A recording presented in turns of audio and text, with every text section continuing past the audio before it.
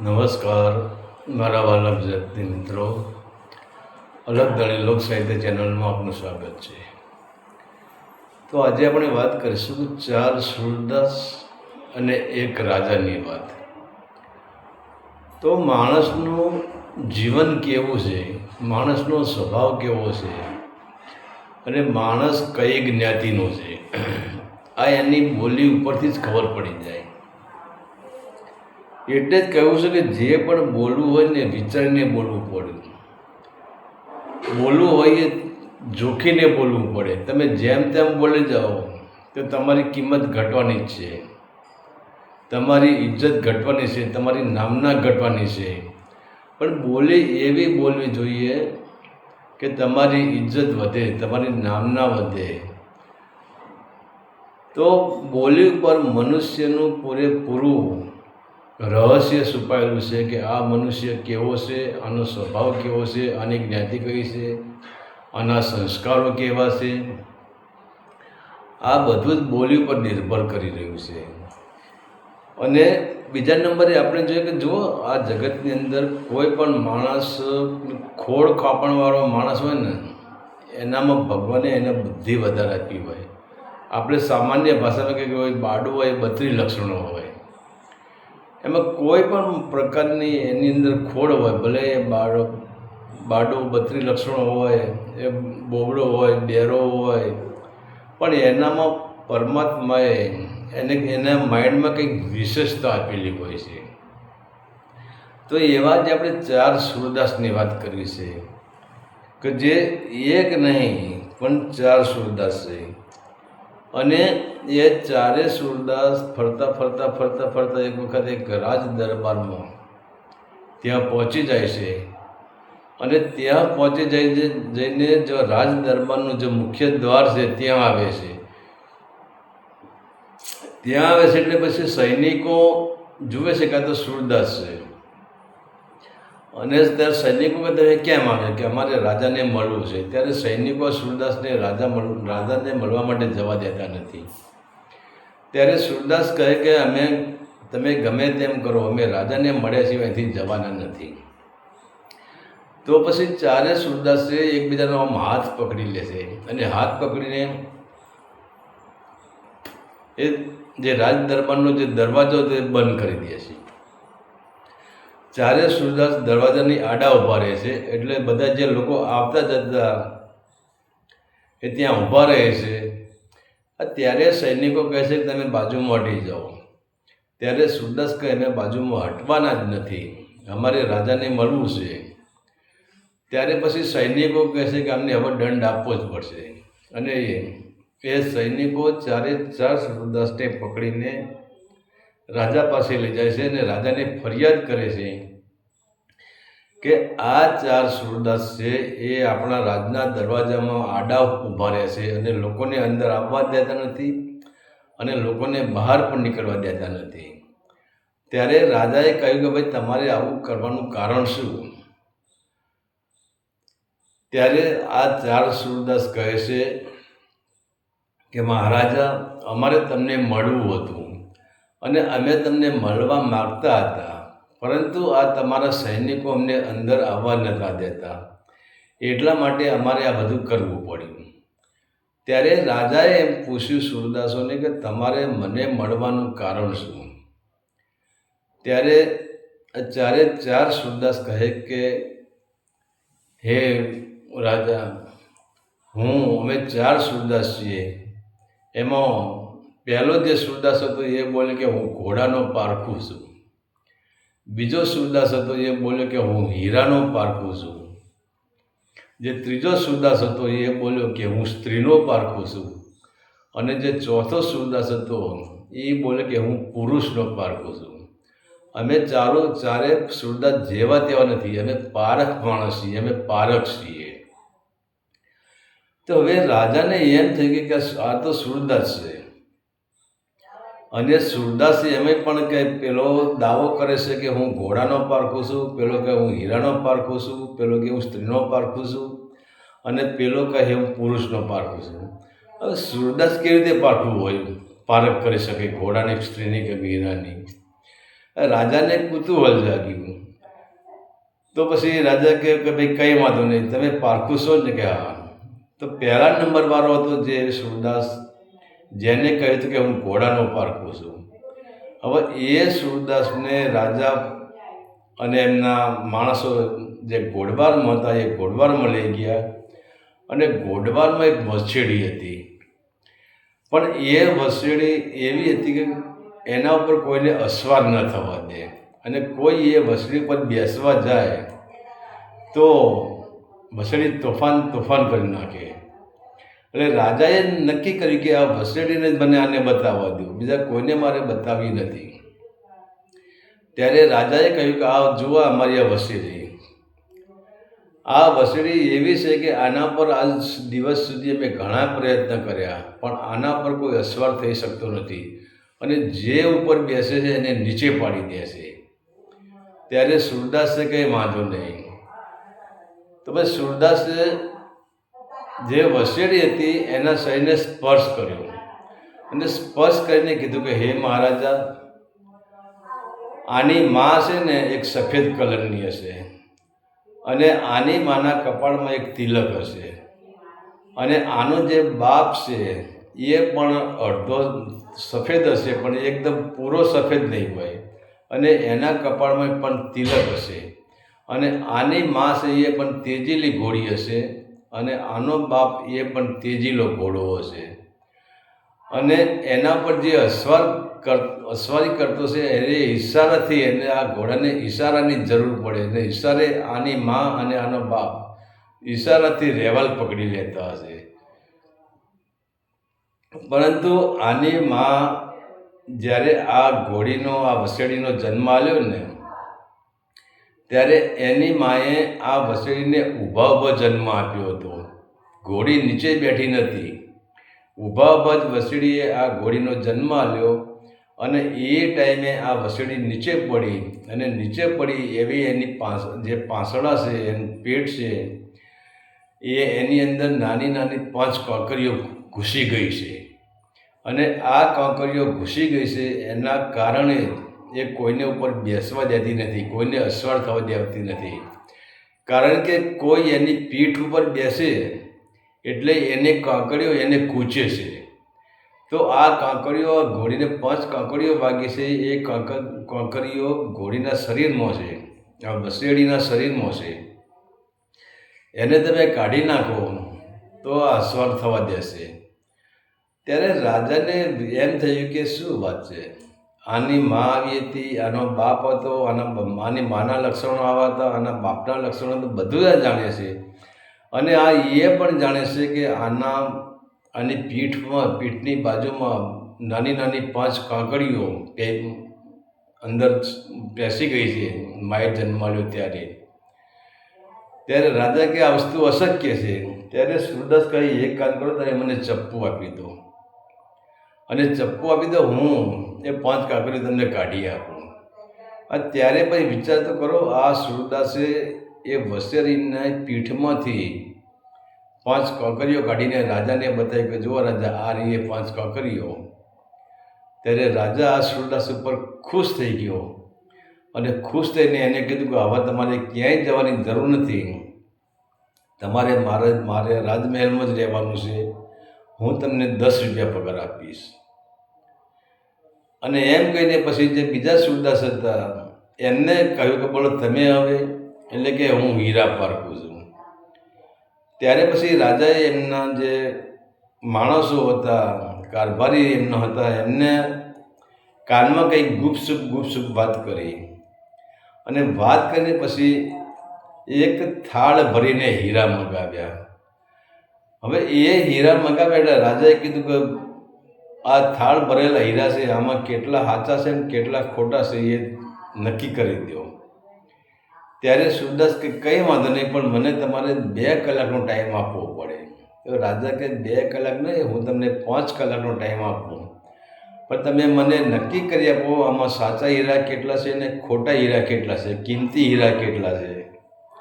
તો સૂરદાસ કહે કંઈ વાંધો નહીં. હવે આ હીરાને સૂરદાસે તડકામાં મેલ્યા. 2 કલાક હીરા તડકામાં રહી ગયા, અને ત્યારે પછી એ સૂરદાસે હીરા ઉપર હાથ ફેરવ્યો તો જે નકલી હીરા હતા એ બધા ગરમ થઈ ગયેલા હતા અને અસલી હીરો હતો એ ઠંડો હતો. એને ગરમી સૂર્યનો પ્રકાશ એને ગરમ કરી શક્યો નહોતો.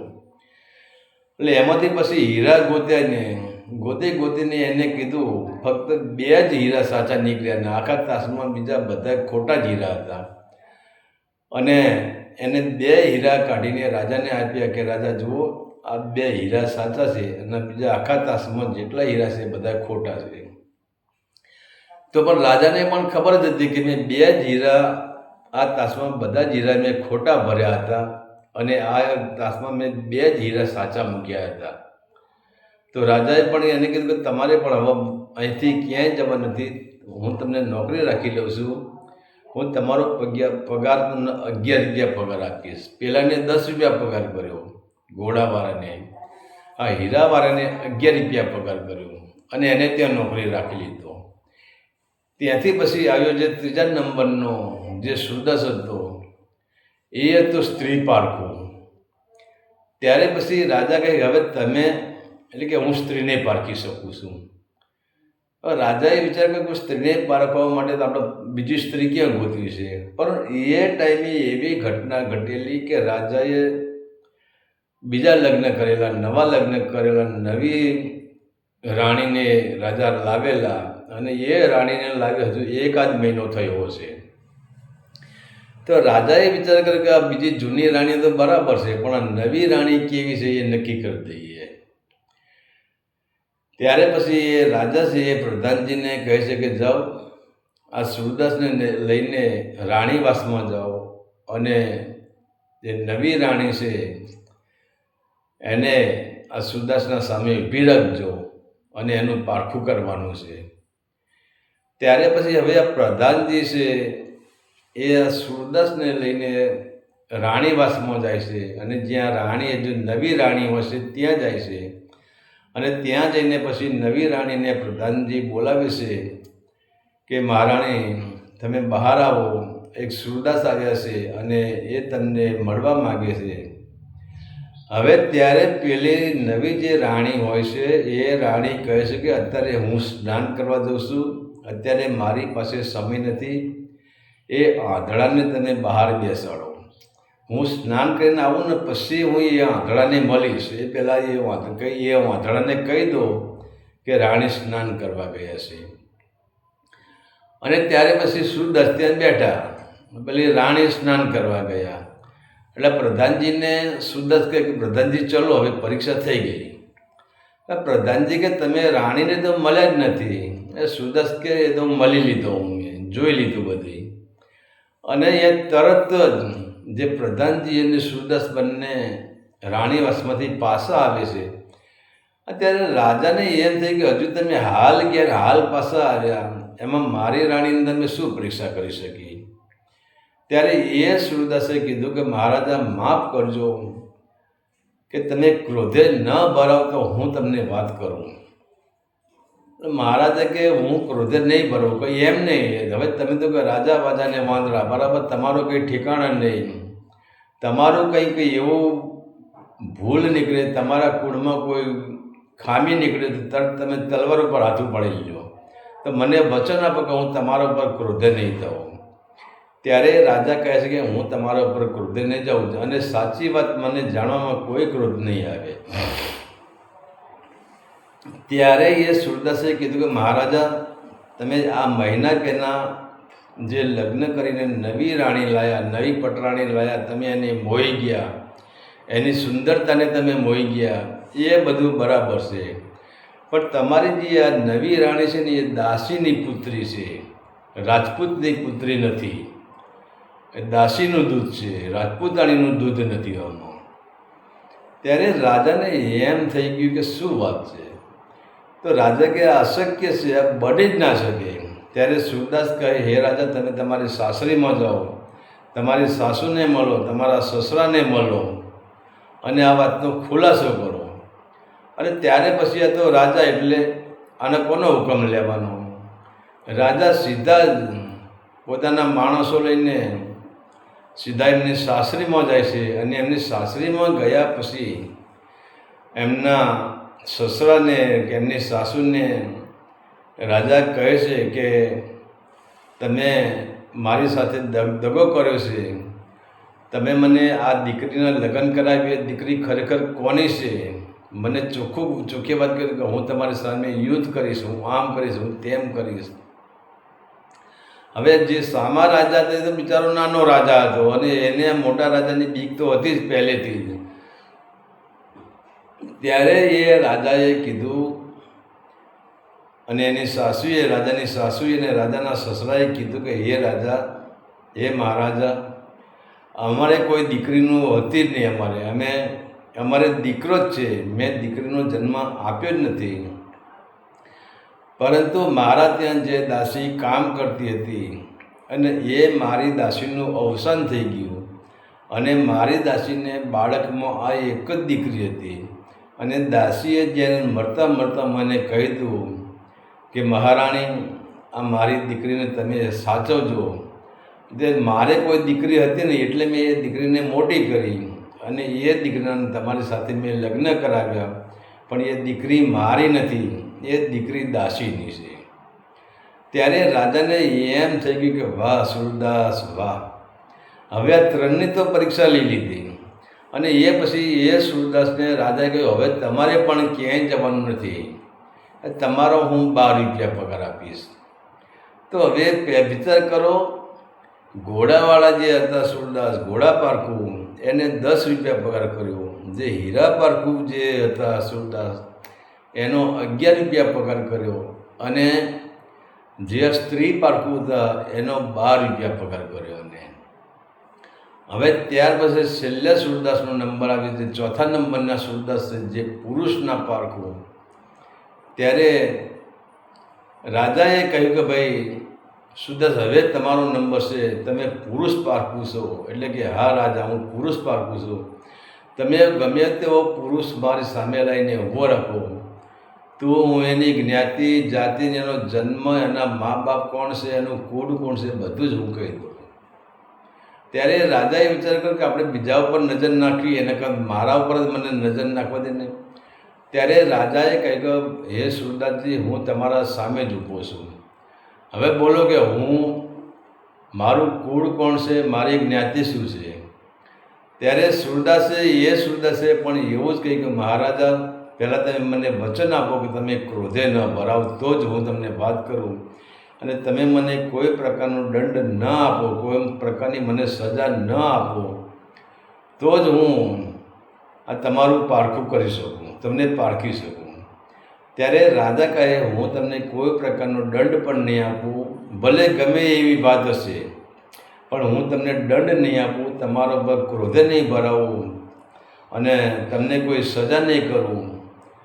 ત્યારે સુરદાસ કહે કે મહારાજા, તમે રાજપૂતનું લોહી નથી, તમે વાણિયાના દીકરા છો અને તમે વાણિયામાંથી તમે પેદા થયેલા છો.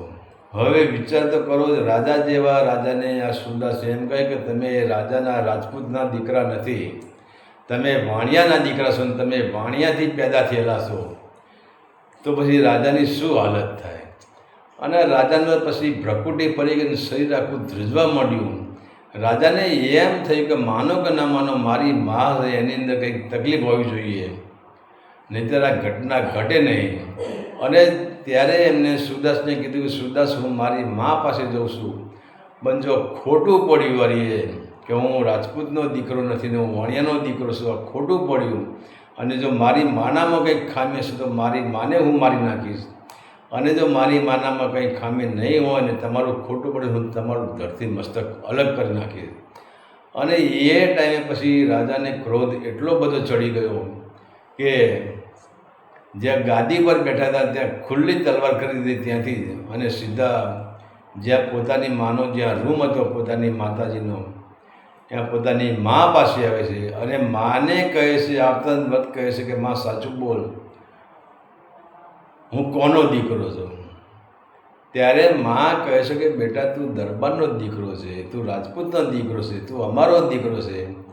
ત્યારે રાજા કહે કે ના માં સાચું બોલ, કાં તો આજે તું નહીં, કાં તો પેલો સુરદાસ નહીં, ત્યારે માએ કહ્યું કે સૂરદાસ છે શું, સૂરદાસ શું છે?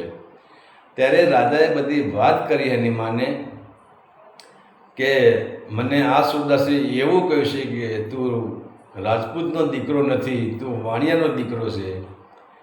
ત્યારે એની માએ કહ્યું કે બેટા, એ સૂરદાસની વાત સાચી છે, તું રાજપૂતનો દીકરો નથી, તું વાણિયાનો દીકરો છે. ત્યારે રાજા હવે એની મા ઉપર ક્રોધે ભરાણો કે જે સૂરદાસ તો સાચો નીકળ્યો, પણ એની માએ આવું કામ કેમ કર્યું? એ રાજાને એની મા ઉપર અવળો વ્યામ પડ્યો કે મારી માએ વાણિયા સાથે કોઈ સંબંધ બાંધ્યો છે. ત્યારે એની મા કહે છે કે હે બેટા, તારા પિતાજી અને હું અમે નિસંતાન હતા, અમારે કોઈ સંતાન નથી. તારા પિતાજી મરી ગયા ત્યારે પણ કોઈ સંતાન નથી, આજે પણ મારે કોઈ પણ સંતાન નથી. હું વાંઝણી છું બેટા. પરંતુ જ્યારે અંગ્રેજો અહીંયા ભારતમાં આવ્યા અને એ ટાઈમે એવું હતું કે જે રાજનો વારસદાર ન હોય એ રાજનો વારસદાર અંગ્રેજો થઈ જતા હતા અને એ રાજને ખાલસા કરતા હતા. એ રાજ ઉપર અંગ્રેજોનો અધિકાર ચાલતો હતો. અને એ ટાઈમે બેટા અમારે તો કોઈ પ્રજા હતી જ નહીં, અમારે તો કોઈ દીકરો હતો જ નહીં.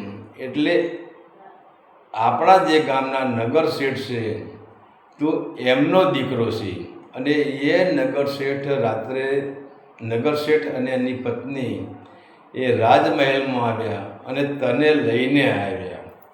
અને એ નગર શેઠે અને એમની પત્નીએ કીધું કે હે મહારાજા, જો આપણું રાજને બચાવવું હોય, આપણું રાજ અંગ્રેજોના હાથમાં ન જવા દેવું, તો અમારી પાસે એક રસ્તો છે કે તમારે તો કોઈ સંતાન છે નહીં, પણ અમારા દીકરાને તમે દત્તક લઈ લો અને તમારો દીકરો છે એમ માની આને મોટો કરજો અને આને રાજગાદી આપો. તો બેટા, તું અમારો દીકરો નથી, પણ તું વાણિયાનો દીકરો છે, તું શેઠનો દીકરો છે. ત્યારે રાજાને એમ થઈ ગયું કે વાહ સૂરદાસ વાહ. પછી રાજા પાછા સૂરદાસને કહે કે હવે તમારે પણ ક્યાંય જવાનું નથી, હું તમને 13 રૂપિયા પગાર આપીશ. ત્યારે પછી રાજાએ સૂરદાસને કહ્યું કે તમે માન્ય પારખ કેવી રીતે કરી કે હું વાણિયાનો દીકરો છું, તમે નક્કી કેવી રીતે કર્યું એ મને પહેલાં સમજાવો. ત્યારે આ સૂરદાસ કહે છે કે રાજા એટલે રાજપૂત, રાજપૂતની અંદર જનૂન હોય, પણ અત્યાર સુધી અમે જોઈ રહ્યા છીએ કે તમારી અંદર જનૂન નથી.